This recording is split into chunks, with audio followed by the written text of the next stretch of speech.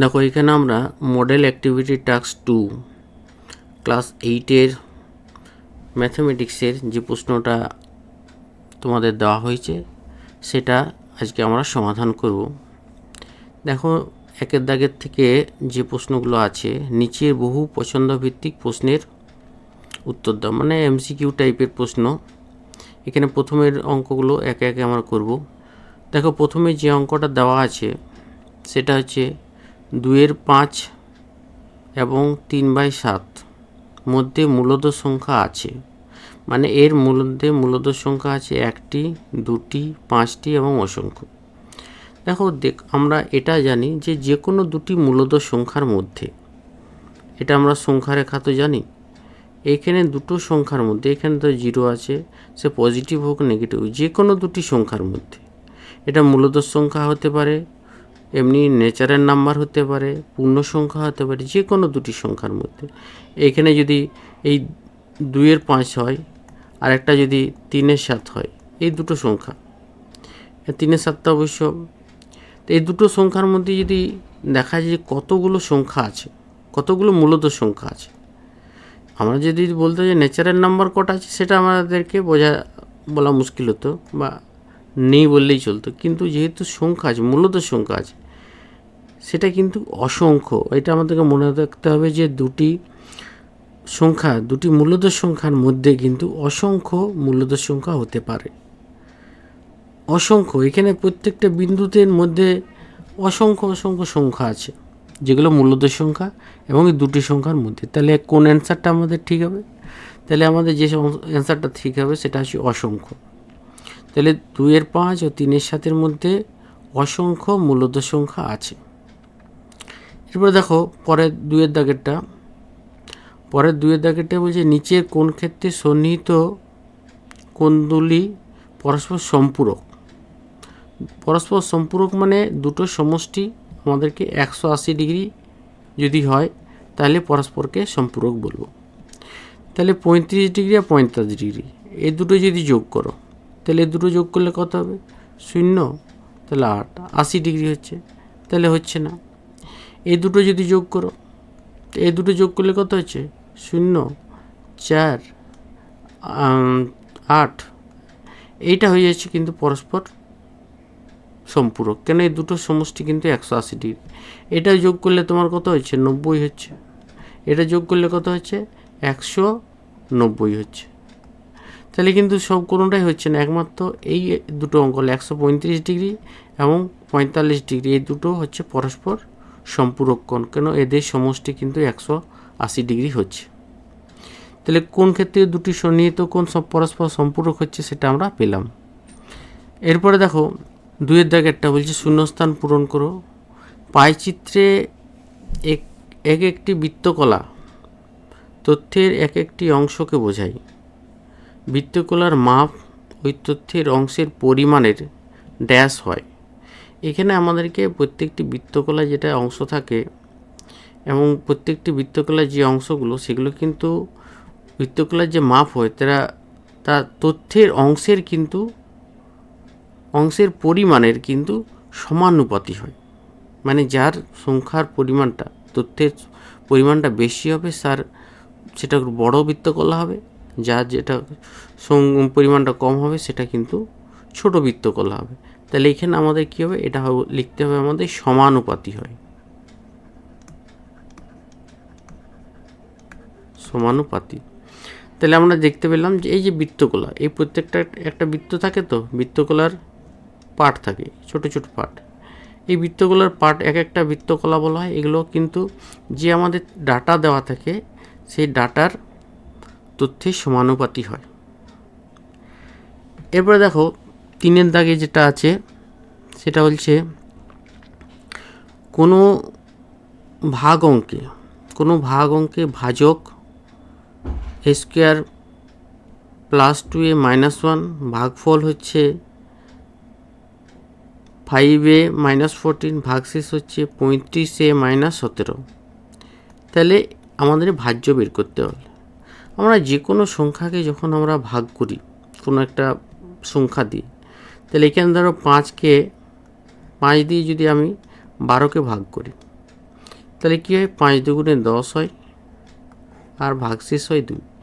এটা হচ্ছে ভাজক, এটা হচ্ছে ভাগফল, এটা হচ্ছে ভাগশেষ। তাহলে সবসময় যদি তুমি দেখো 12 যদি হয়, এটা হচ্ছে মাঝখানেরটা হচ্ছে ভাজ্য। তাহলে এখানে আমরা দেখতে পেলি ভাজ্য হচ্ছে কোনটা, মাঝখানেরটা ভাজ্য, আর যেটা দিয়ে ভাগ করা হচ্ছে সেটা হচ্ছে ভাজক, যেটা ভাগফল পাওয়া যাচ্ছে সেটা হচ্ছে ভাগফল, আর শেষে যেটা থাকছে সেটা হচ্ছে ভাগশেষ। তাহলে এখানে সবসময় মনে রাখতে হবে ভাজ্য সমান হয়। এখানে যেমন দেখে 12 যদি তুমি হিসাব করো, 12টা কী পাওয়া যাবে, তুমি যদি 5কে 2 দিয়ে গুণ করো তারপরে 2 করো, তাহলে কিন্তু 12 পাওয়া যাবে। 5কে 2 দিয়ে গুণ করে, তার মানে কি 5 হচ্ছে ভাজক, 2 হচ্ছে ভাগফল, আর এই 2টা হচ্ছে ভাগশেষ। তাহলে আমরা সেটা জানি, লিখতে হবে যে ভাজ্য সমান, তাহলে আমরা জানি, আমরা কি জানি, আমরা যেটা জানি সেটা হচ্ছে ভাজ্যর মানটা হয়, ভাজ্য সমান হচ্ছে ভাজক গুণিত ভাগফল যুক্ত ভাগশেষ, ভাজক গুণিত ভাগফল যুক্ত ভাগশেষ। তাহলে এটা থেকে আমরা বের করব ভাজক মানে কোনটা, ভাজক মানে হচ্ছে a square plus 2a minus 1, এটা হচ্ছে তোমার ভাজক। ভাগফল হচ্ছে কি 5a মাইনাস 14, আর ভাগশেষ হচ্ছে 35a মাইনাস 17। এটা আমাদেরকে বের করতে হবে। তাহলে এটা প্রথমে বের করতে গেলে আমাদেরকে যেটা করতে হবে, তাহলে প্রথমে আমরা গুণটা করব। তাহলে দেখো এটা আমরা যদি গুণ করি, গুণ করলে তাহলে কি হবে, a square plus 2a minus 1 into 5a minus 14। এটা আমরা এভাবে গুণটা করতে পারি যে a square into 5a minus 14, মানে বিচ্ছেদ নিয়মে যেমন করে, plus 2a into 5a minus 14 minus 1 into 5a minus 14, মানে সবগুলো আলাদা আলাদা করতাম। মানে এটার সাথে এই গোটাটা একই রেখেছি, এটার সাথে একবার a স্কোয়ার গুণ, তারপরে 2a, তারপরে মাইনাস 1, তারপরে যেমন যেটা আছে এটা 35a মাইনাস 17, যেটা যেমন আছে সেরকম রেখে দিয়েছি। এবার এটাকে তুমি যদি গুণ করো, তার গুণ করলে কত হবে, এ গুণ করলে হচ্ছে এ স্কোয়ার, আর এ গুণ করলে এ কিউ হবে, আর এখানে 5a কিউ। এটা গুণ করলে কত হবে, মাইনাস 14a স্কোয়ার। এই দুটো গুণ করলে হবে প্লাস 5 দুগুণে 10, এ ইন্টু এ মানে এ স্কোয়ার, তারপরে হচ্ছে মাইনাস, এটা প্লাস মাইনাস 14 দুগুণ 28 ইন্টু এ, তারপরে এটা মাইনাস 1 দিয়ে গুণ হচ্ছে, মাইনাস 1 দিয়ে গুণ আমরা গুণ হচ্ছে মানে কি সাইনগুলো চেঞ্জ হয়ে যাবে। তাহলে এটা কথা হচ্ছে মাইনাস এ 5a plus 14, minus 5a plus 14, তারপর আসছে 35a minus 17, that is equal to, তাহলে এটা পাওয়া যাচ্ছে। আমরা সবগুলো বিচ্ছেদ নিয়মে যেমন আছে সেটা বের করি। এরপরে আমরা একই জাতীয় বা একই টাইপের যে রাশিগুলো চলগুলো আছে সেগুলো কাছাকাছি রাখবো। যেমন এটা একটা, প্রথমে স্কোয়ারগুলো আছে কাছাকাছি, তাহলে এটা 5 স্কোয়ার, তাহলে কাছাকাছি আছে, আর কাছাকাছি নিয়ে আসার দরকার হচ্ছে না। এখানে এই একটা দুটা, এইটা হচ্ছে আলাদা, তাহলে এখানে কত 5a কিউ সেটা আলাদা আছে। এখানে মাইনাস, দেখো minus 14a square plus 10a square, এই দুটো যদি বিয়োগ করো তাহলে নিশ্চয়ই তুমি বুঝতে পারছো 14 মাইনাস 10, 14 থেকে 10 বিয়োগ করলে কত হয়, 4 হয়। চিহ্নটা কিন্তু মাইনাসটার হবে, কিন্তু মাইনাস 14টাই হচ্ছে বড়, তাহলে মাইনাস যেটা বড় হচ্ছে তার, তাহলে 4a স্কোয়ার। এরপরে আমার এখানে দেখো 28 আছে আর 5, মাইনাস 28a মাইনাস 5, 28 আর 5 তোমার 33 হয়ে যাচ্ছে, তাহলে এটা কত হচ্ছে, দুটো যোগ করলে 33 হচ্ছে, তাহলে মাইনাস 33, আর এখানে 35 প্লাস 35, তাহলে মাইনাস 33 প্লাস 35 মানে কত, প্লাস 2, +2 হয়ে যাচ্ছে। 28 আর 5 33 হচ্ছে, সেটা -33 হচ্ছে, -28 আছে, -5 আছে, আর এখানে তোমার হয়ে যাচ্ছে তোমার +35, দ্যাট ইজ ইকুয়াল টু +2। তাহলে এটা আমি লিখতে পারি +2a, মানে এই এগুলো যোগ বিয়োগ করে। তারপরে 14 আছে, আর এদিকে -17 আছে, তাহলে -4 3 7 -3। তাহলে এখানে যেটা আমরা ভাজ্য পেলাম সেটা হচ্ছে a³ - 4a² + 2a - 3, যেটা আমাদের ভাজ্যর মানটা আমাদেরকে বের করতে বলেছিল, সেটা আমরা বের করলাম, যে a³ - 4a² + 2a - 3। এরপরে দেখো পরের যে অঙ্কটা, দেখো এর পরের যে অঙ্কটা আছে সেটা হচ্ছে, নিচের প্রশ্নটি উত্তর দাও। রোহিতদের পাড়ায় মধুবাবুর দোকান আছে, ওই দোকানের একদিনের বিভিন্ন ধরনের জিনিস বিক্রির তালিকা নিম্নরূপ। জিনিসগুলো কি কি? এখানে দেখো বলতেছে কি, সাধারণ পাউরুটি হচ্ছে 320 টাকার বিক্রি হচ্ছে, মূল্য দেওয়া আছে। স্লাইস পাউরুটি 100 টাকার, কেক হচ্ছে 160 টাকার বিক্রি হচ্ছে, আর বিস্কুট হচ্ছে 140 টাকার। তাহলে এই সাধারণ পাউরুটি, স্লাইস পাউরুটি, কেক, বিস্কুট এগুলো নিয়ে একটা আমাকে পাইচিত্র অঙ্কন করতে হবে। আমাকে একটা পাইচিত্র অঙ্কন করতে হবে। তাহলে দেখা যাক পাইচিত্রটা আমরা কী করে অঙ্কন করব। পাইচিত্রটা অঙ্কন করতে গেলে আমরা এইভাবে প্রথমে ওই জিনিস যেগুলো আছে, সাধারণ পাউরুটি, স্লাইস পাউরুটি, এবং একটা ছক তৈরি করতে হবে। এবং ছকগুলো তুমি দেখো, প্রথমে এখানে প্রথম যে রোটা আছে সেই রোটাতে আমি ভগ্নাংশ কত হচ্ছে সেটা দেখব, তারপর হচ্ছে কেন্দ্রীয় কোণ কত হচ্ছে সেটা লিখব। একটা যে কোনো বৃত্তের একটা মোট কেন্দ্রীয় কোণ কিন্তু হয়, বৃত্তের কেন্দ্রীয় কোণ হচ্ছে কত 360 ডিগ্রি হয়। সেই 360 ডিগ্রির মধ্যে কোনটার কত অংশ হচ্ছে সেটা আমরা, কত ডিগ্রি হচ্ছে সেটা আমরা বের করব। তাহলে এখানে আমরা প্রথমে সাধারণ পাউরুটি, স্লাইস পাউরুটি, কেক, বিস্কুট মিলে কিন্তু কত হচ্ছে, 320, 420, এখানে 500, 600 আর 720। তাহলে আমার যেটা আসছে সেটা হচ্ছে কি 720 আসছে, 720 ডিগ্রি, সরি ডিগ্রি নয়, 720 টাকা, 720 টাকা। এখন এই 720 টাকার মধ্যে তাহলে ভগ্নাংশ যদি বের করি, সাধারণ পাউরুটির ভগ্নাংশ যদি বের করা হয় তাহলে কী করে পাওয়া যাবে? এটা হচ্ছে দ্বিতীয় রোটা হচ্ছে ভগ্নাংশ, প্রত্যেকটার ভগ্নাংশ কত হচ্ছে সেটা যদি বের করতে হয় তাহলে সেটাকে 320 ভাজিত কিন্তু 720, 320 ভাজিত 720, এটা কত হবে? স্লাইস পাউরুটির ভগ্নাংশ কত হবে? 100 ভাজিত 720। কেকের পরিমাণটা কত হবে? ভগ্নাংশটা 160 ভাজিত 720, এবং বিস্কুটে মানে মোট হচ্ছে যেহেতু 720, সেই 720 দিয়ে আমি কিন্তু এই তিনটাকে, যেগুলো আছে সেগুলোকে ভাগ করছি, পরিমাণগুলোকে 720 টাকা দিয়ে, তারপর 320কে ভাগ করছি, 100কে ভাগ করছি, 160কে ভাগ করছি, এবং 140কে।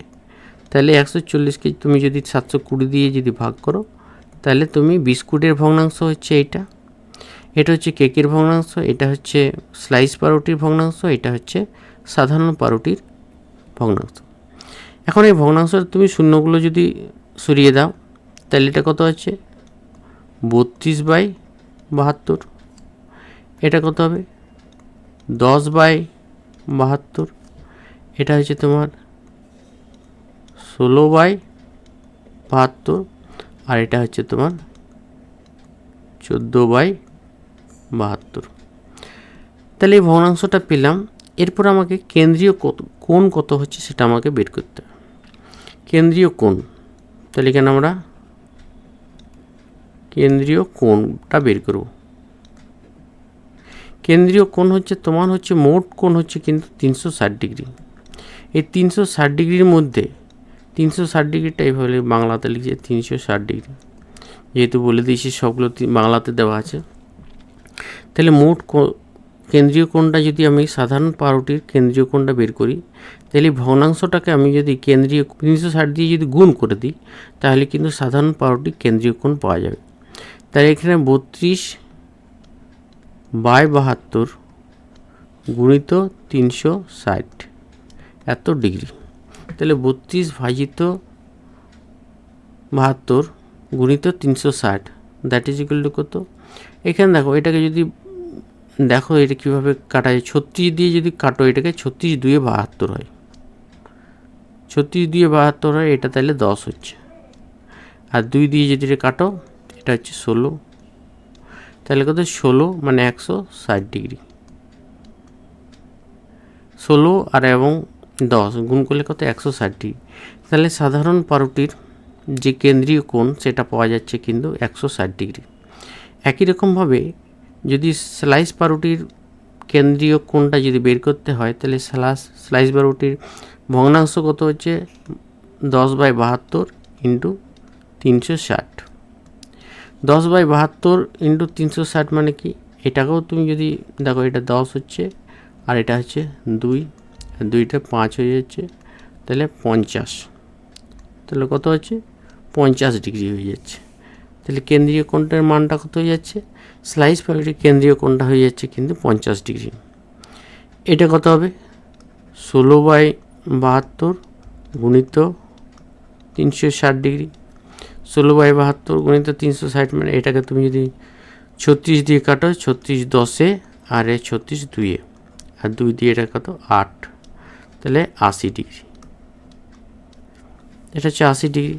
তারপরে তোমার হচ্ছে 14/72 গুণিত 360, এটা যদি বের করো তাহলে এটা একই রকমভাবে এটা তুমি 10 হবে, এটা হবে 2 আর এটা হবে 7, মানে কত হচ্ছে? 70 ডিগ্রি। তাহলে কেন্দ্রীয় কোণগুলো আমরা পেয়ে গেছি।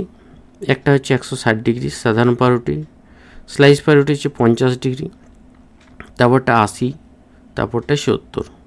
এরপরে আমাদেরকে কী করতে হবে? পাইচিত্রটা অঙ্কন করতে হবে। পাইচিত্রটা অঙ্কন করার জন্য আমাদেরকে প্রথমে এরকম একটা বৃত্ত অঙ্কন করতে হবে। বৃত্ত অঙ্কন করতে হবে। বৃত্তর এই কেন্দ্রবিন্দুটা আমরা দেখলাম এইখানে আছে, এটা ধরো ও, এটা আমরা লিখে দিচ্ছি ও। কেন্দ্রীয় যে কেন্দ্রটা সেটা হচ্ছে ও, এবং এর চারপাশে কিন্তু মোট কোণের পরিমাণটা হচ্ছে 360 ডিগ্রি। এবং এখানের মধ্যে আমি এই কোণগুলো পরপর বসাবো, 160, তারপরে 50, তারপরে 80, তারপরে 70।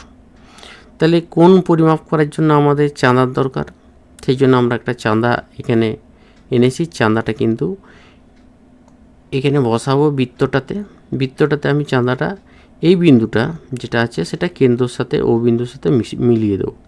তাহলে এখানে যদি মিলিয়ে দিই তাহলে দেখো এখানে মিলে গেছে। তাহলে এখানে যেহেতু মিলে গেছে এবং এই যে বিন্দুটা আছে ডান দিকে বিন্দুটা আছে, তুমি যদি দেখো এটা কিন্তু একটা সরলরেখা আমি অঙ্কন করে নেব। প্রথমে আমি একটা সরলরেখা অঙ্কন করব। তাহলে এইটা থেকে আমি মাপটা শুরু করব। তাহলে এই পরিধি পর্যন্ত একটা সরলরেখা মেপে নিলাম। এটা তুমি নাম দিতে পারো, এটা তুমি একটা এ নাম দিতে পারো, এটা এ নাম দিলাম।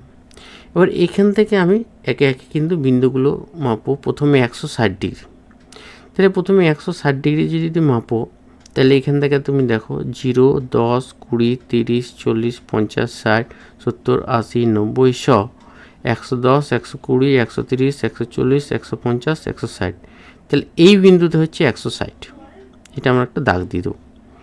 160টা কি দিলাম? এখানে একটা দাগ দিয়ে দিলাম, এবং এটার সাথে কিন্তু ও বিন্দু আমি যুক্ত করে দেবো। এটার সাথে কি ও বিন্দু যুক্ত করো। তাহলে কি করতে হবে? আমাকে কিন্তু চাঁদাটা একটু ঘুরিয়ে নিতে হবে।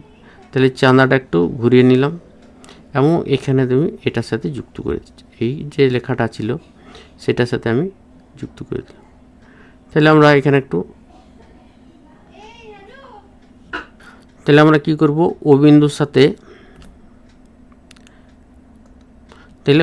সাথে এই যে বিন্দুটা আমরা পেলাম যেটা 160 ডিগ্রি, এখান থেকে আমরা যুক্ত করে দেবো। তো যুক্ত করে দিলে আমরা পরিধি পর্যন্ত শুধুমাত্র দাগটা দেবো। তাহলে পরিধি পর্যন্ত দাগ দিলাম। তাহলে এই যে কোণটা তৈরি হয়ে গেল, এই কোণটা যেটা তৈরি হয়ে গেল এইখান থেকে শুরু করে এই কোণটা, এটা হয়ে গেলে কিন্তু 160 ডিগ্রি। এটা হচ্ছে সাধারণ পাউরুটির বৃত্তকলা। তাহলে এটা হচ্ছে সাধারণ পাউরুটির অংশ, এটা হচ্ছে সাধারণ পাউরুটি। সাধারণ পাউরুটি হচ্ছে তোমার এটা। এরপরে এইখান থেকে আবার আমাকে 50 ডিগ্রি অঙ্কন করতে হবে, 50 ডিগ্রি। তাহলে 50 ডিগ্রি, এই যে এটা তুমি যদি বি নাম দাও, ওবি থেকে আমাকে আরও 50 ডিগ্রি মাপতে হবে। তাহলে এইভাবে যে চাঁদাটা আছে সেইখান থেকে আমি 10, 20, 30, 40, 50, তাহলে এইখানে 50 আসছে, তাহলে এইখানে হচ্ছে 50, এইখানে হচ্ছে 50, তাহলে এই 50 ডিগ্রি হচ্ছে এখানে। তাহলে এখানে আমরা কি করব, চাঁদাটাকে আবার ঘুরিয়ে নেব। চাঁদাটা ঘোরা হয়ে গেলে আমরা ও বিন্দুর সাথে এই বিন্দুটা আমরা যুক্ত করে দেবো। ও বিন্দুর সাথে আমরা এই বিন্দুটা যদি যুক্ত করে দিই, তাহলে এখান থেকে আমরা একটা রেখা নিল। তাহলে এই যে পেলাম, এটা যদি আমরা সি বিন্দু দিই, এটা ধরে তো আমরা সি বিন্দু দিলাম। এই যে কোণটা তৈরি হয়েছে বি ও সি, এই কোণটা কিন্তু হয়ে গেল কিন্তু 50 ডিগ্রি, যেটা হচ্ছে কি স্লাইস পাউরুটি। এটা হচ্ছে স্লাইস পাউরুটি।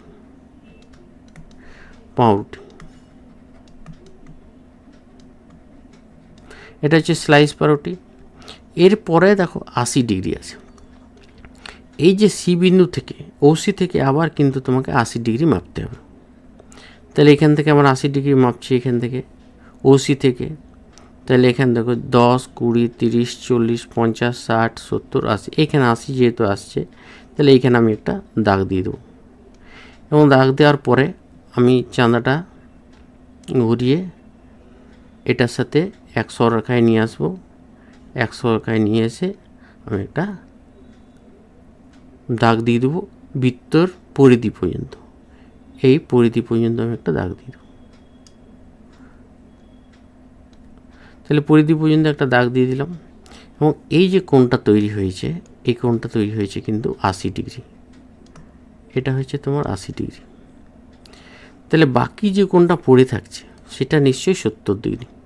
সেটা আর আমার আঁকার দরকার নেই, সেটা আমরা ধরে নেব যে সেটা হচ্ছে কত, 70 ডিগ্রি।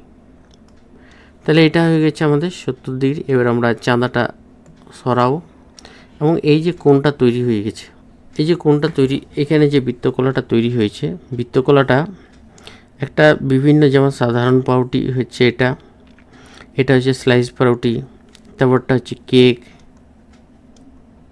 এটা হচ্ছে কেক, এটা হচ্ছে বিস্কুট, এটা হচ্ছে বিস্কুট। এবার এগুলোকে বিভিন্ন কালারে রং দিতে হবে। বিভিন্ন রকম কালারে এক একটা রকম রং দিতে পারো। আমি ধরো এইটাতে একটা রং দিচ্ছি, এটাতে একটা একরকম রং দিচ্ছি,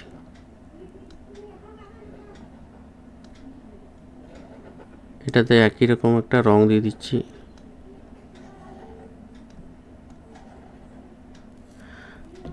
তারপরে সাধারণ পাউরুটি যেটা 50 ডিগ্রি, সেটাতে একটা আলাদা কালারের রং দেবো। এটা ধরো একটা আলাদা কালারের রং দিচ্ছি। বিভিন্ন রকম রং তোমরা পুরো রংটাই দিতে পারো। তারপরে 80 ডিগ্রি, সেটাতে একটা আলাদা রং দিচ্ছি, সেটা সবুজ রং দিচ্ছি ধরো।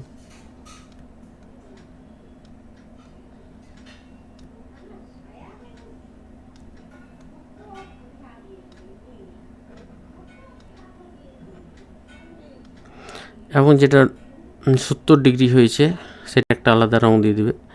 এটা ধরো আমি একটা হলুদ রং দিয়ে দিচ্ছি।